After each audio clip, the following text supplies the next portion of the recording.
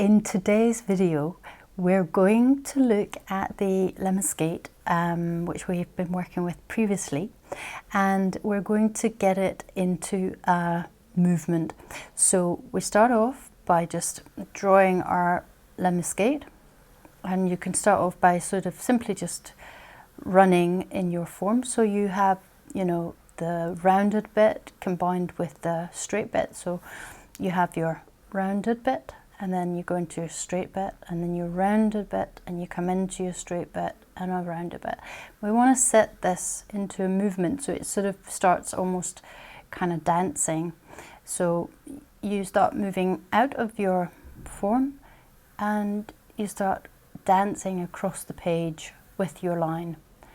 And you just want to do this as a kind of nice light movement. I'm hoping you can see this in the video. I think I've probably grabbed a graphite which is quite light, so I might just draw it up with a crayon. So you have your lemniscate, and you don't want to go, again, you don't want to go too slow, you don't want to go too fast, you just want to go in a nice sort of rhythm as you're moving across the page.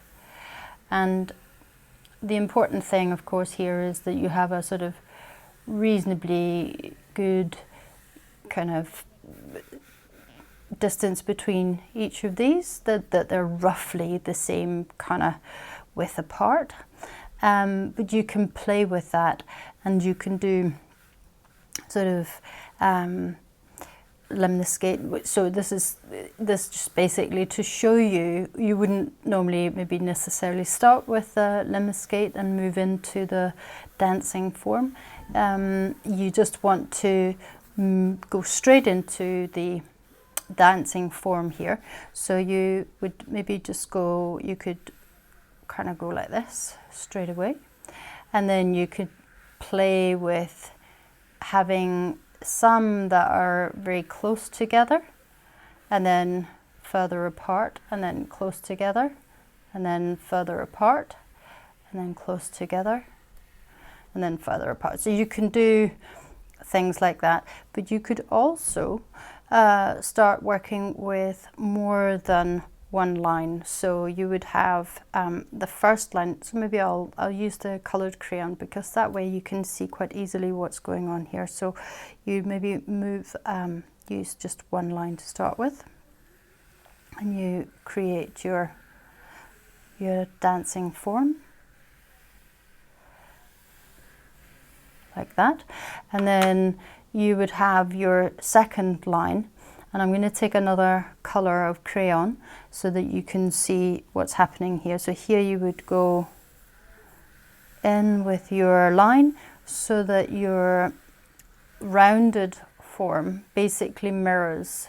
So you're having your line going up, and then the rounded form mirrors the second rounded form here. The blue line has a loop, and then it comes down into a loop, and your first loop on your orange line mirrors the loop, the second loop on the blue line, and then you just continue.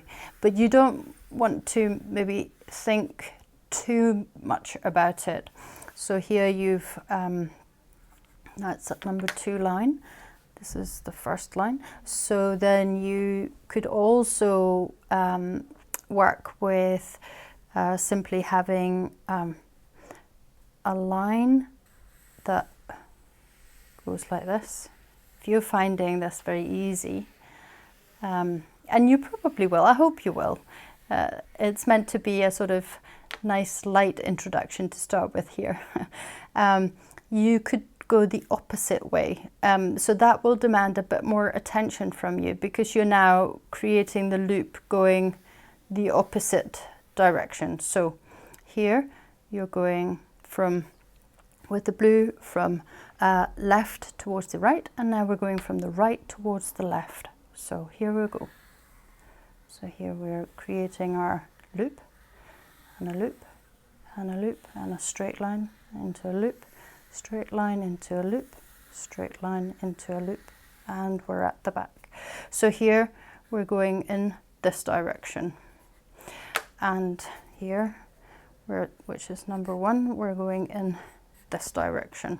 So you can play with you know, the direction as well on this. If you're finding that doing this is, you know, just really, really easy, which hopefully it will be.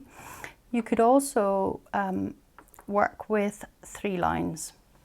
If you're working with 3 lines, then you might start like this. You give yourself lots of distance between your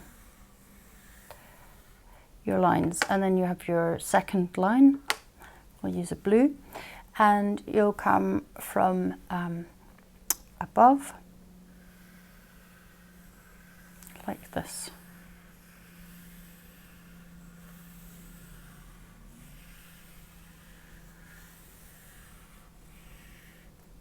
And then you'd have your third line, and that would start, so here you've had your, I'll just number these, I think.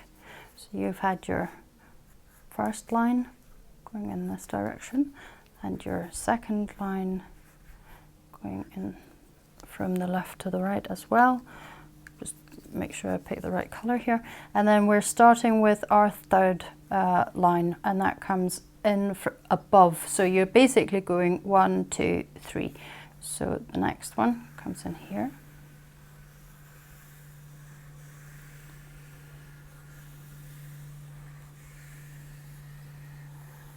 And goes like that. So you can, you know, do this almost, well, maybe not endlessly, but you can certainly put on more. You could also, if you wanted to, put on a fourth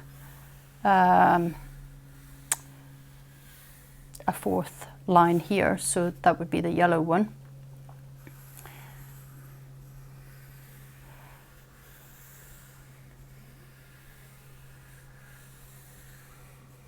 And I'm doing it with the colors so that you can see, you know, the difference between them. You could also, you know, play with the grouping them. So if you want to group them, then what you do is you start with, or maybe start with, yeah, we'll start with the same color, so with with the one. So